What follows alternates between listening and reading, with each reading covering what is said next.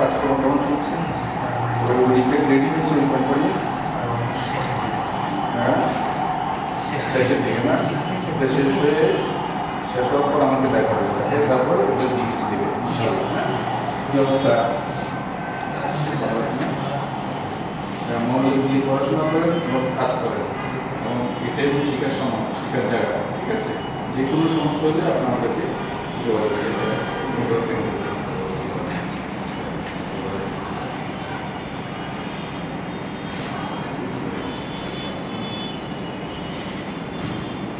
ঠিক আছে।